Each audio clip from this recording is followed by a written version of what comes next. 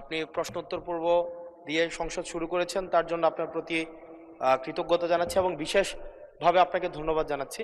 এবং আপনার এই যে প্রাণবন্ত সংসদকে ফাংশনাল করার যে প্রচেষ্টা, সেটার জন্য আপনার প্রতি আমরা থ্যাঙ্কফুল।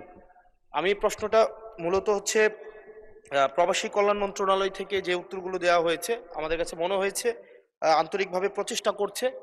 সেজন্য ওনাকেও ধন্যবাদ জানাচ্ছি। আমাদের মাননীয় প্রতিমন্ত্রী এবং দীর্ঘদিনের সহযোদ্ধা, আমাদের প্রবাসী কল্যাণ ও বৈদেশিক কর্মসংস্থান প্রতিমন্ত্রী জনাব নুরুল হক নূর।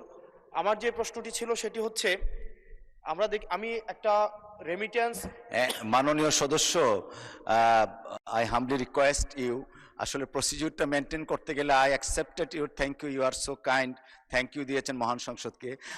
আপনি একটা প্রশ্ন করতে গেলে একটা প্রশ্ন আনেন, তারপরে জনাব নুরুল হক নূর সাহেব মাননীয় প্রতিমন্ত্রী উনি জবাব দিতে পারবেন একটু লিখিত আকারে। না, এই এই এই এই প্রসেসে হবে না।